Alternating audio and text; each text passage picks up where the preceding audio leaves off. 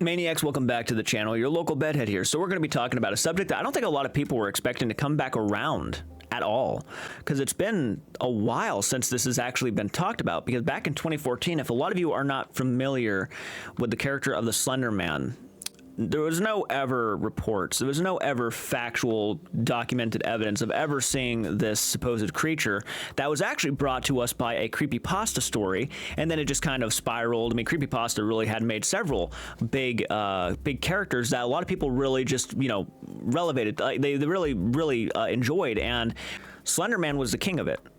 People genuinely were fascinated by this idea that there was this like 10 foot, 11 foot tall guy with no face, a dark suit, and a red tie walking around the woods and trying to lure children in and make these children do horrible things. And that's just scratching the surface of what the Slender Man would be capable of and why people were just so genuinely fascinated in him. Obviously, it's not real. It's just a creepypasta story, nothing more, nothing less. But there was an incident that happened back in 2014 with a stabbing that revolved around 3 young adults, young kids, where they felt that Slender Man had a grasp on their life, and it influenced them to attempt the murder of one of their friends in a stabbing. She crawled away. She survived, thankfully. These were kids doing it. This wasn't like an adult stabbing. They were obviously not used to doing something like this, so she was able to crawl away, find help, and survive. I think her name is Peyton Lutner, if I'm not mistaken. Peyton Lutner. These two girls were sentenced for quite a while, like life sentences, literally 25 years and more sentences for these 12-year-olds. Who had to pretty much spend half of their lives being locked up for what they have done. A complete waste, in my opinion. These two were so young. They had their lives ahead of them.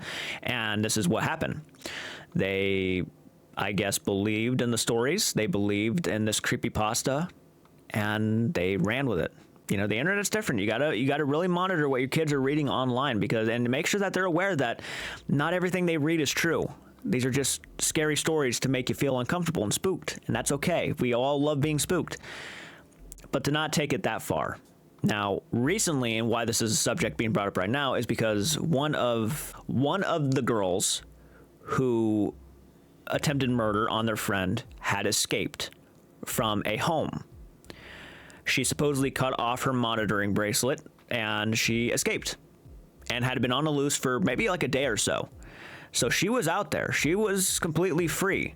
And it seems like they have caught her. In the time that I was going to make this video, they have caught her, and she is now back in custody. So that's a positive. That's good to hear.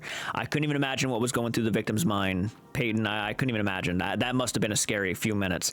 So let's go ahead and read the article by ABC News. I'll give you guys my thoughts. And if you want my personal thoughts right now, I'm genuinely happy they caught her.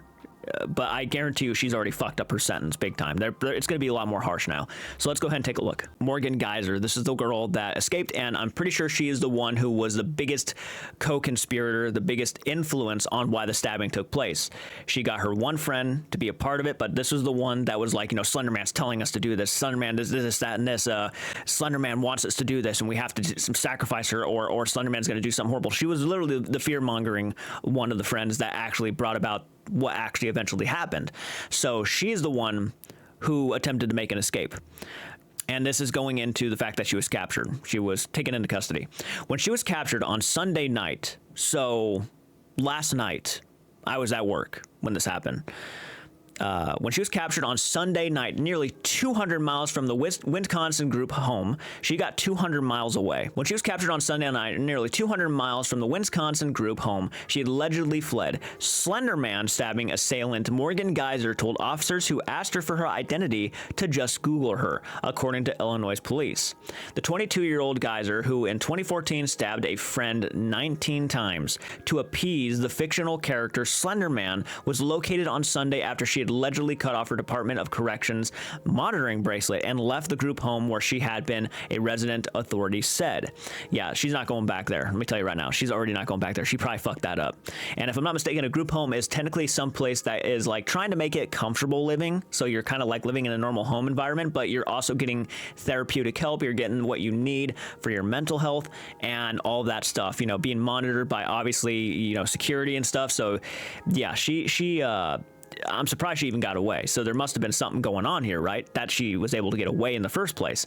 The 22-year-old Geyser, who in 2014 stabbed her friend 19 times to appease the fictional character Slender Man, she had authority said, I already read that. Geyser was taken into custody at a truck stop in Posen, Illinois. I think I pronounced that right. With a 42-year-old man she had traveled across state lines with, according to the Posen Police Department. Okay, that's interesting. Statement released on Monday, police found the pair sleeping on a sidewalk. The statement said, well, that's a very nonchalant, you know, place to sleep if you're trying to hide from the authorities. You just sleep on the fucking public sidewalk. All right. Clearly, they must have been not thinking in that moment. The female repeatedly refused to provide a real name and initially gave a false one. There's a charge right there. You're lying to the authorities. After continued attempts to identify her, she finally stated that she didn't want to tell the officers who she was because she had done something really bad and suggested that the officers could just Google her name. Once she provided her real name, officers learned she was wanted for an escape in Wisconsin. Both Geyser and the male companion were detained without incident, police said. So at least they didn't try to fight. They didn't try to run. They didn't try to book it. They just kind of accepted it for what it was. Here is a picture of her in recent security video. Was reported missing November 23rd, 2025. So she literally was on the run for about a day. A Wisconsin group home after authorities alleged cut her off of the Departments of Correctional monitoring bracelet. Geyser's traveling companion, whose name was not released, was charged with criminal trespassing and obstructing identification, according to the police. He has since been released, and the authorities did not provide information on his involvement in Geyser's escape from the group home, which that to me is like the most biggest mystery. How the fuck did she even get away? What was going on there? Hopefully we get more information on that. Posen police said that the pair took a bus to Posen from Wisconsin. Posen is about 25 minutes from the south. So this guy was with her for a good while right after she escaped. Interesting.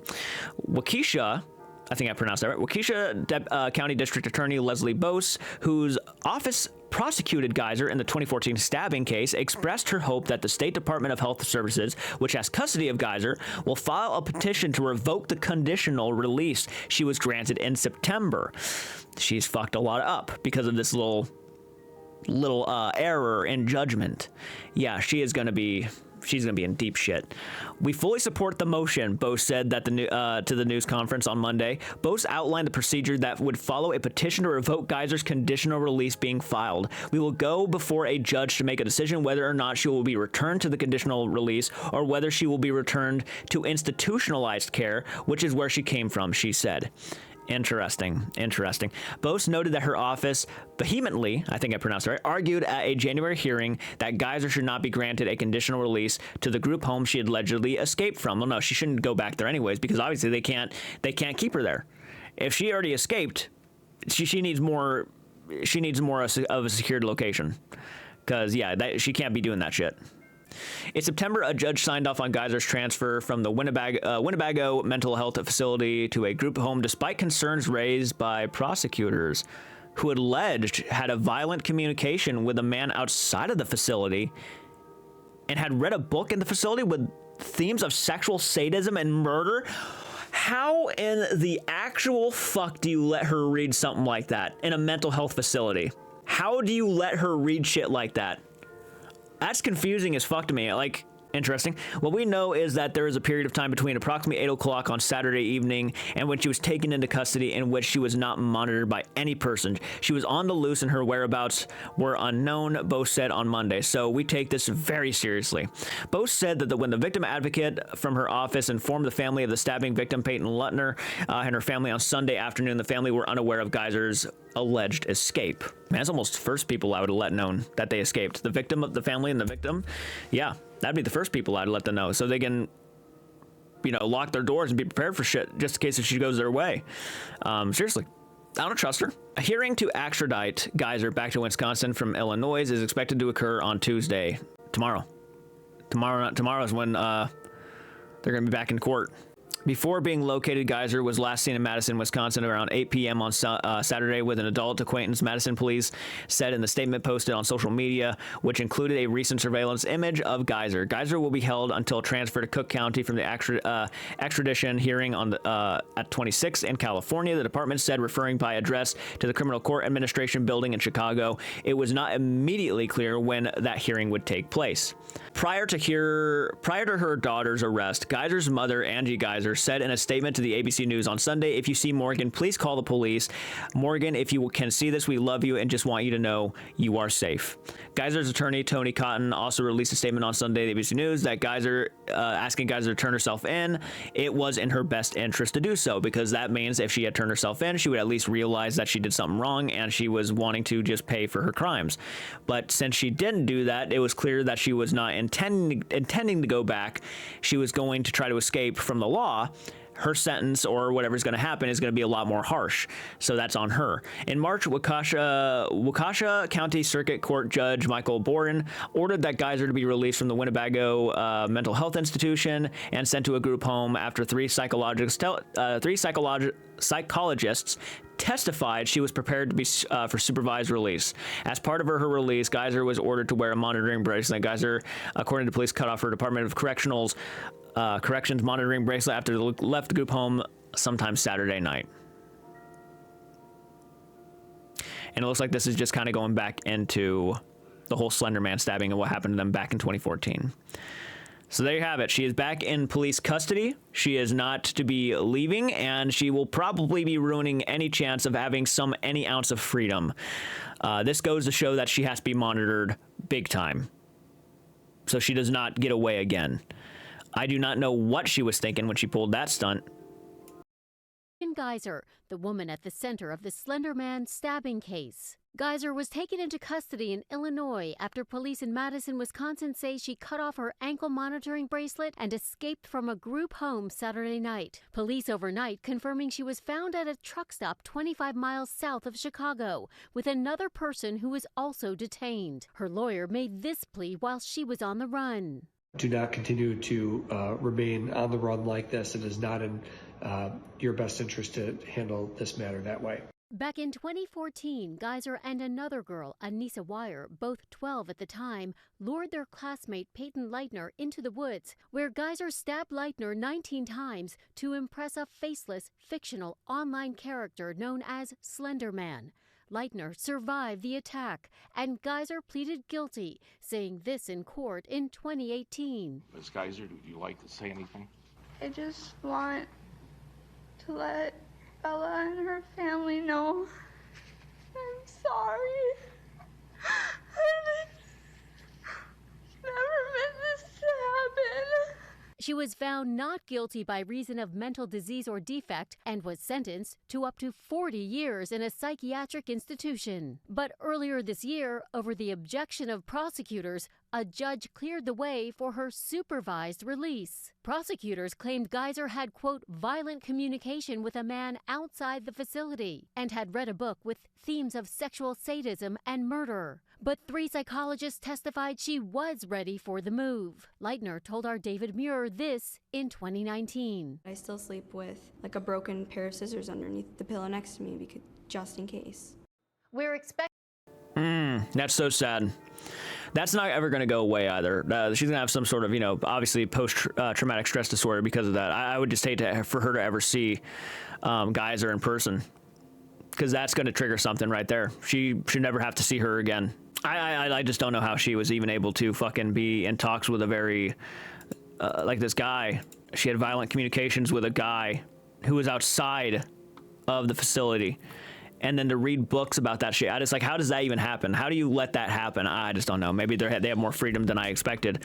Yeah, her lawyer was right. It would have been in her best interest to just turn herself in, accept the consequences for what they were. Whatever was going to happen was going to happen.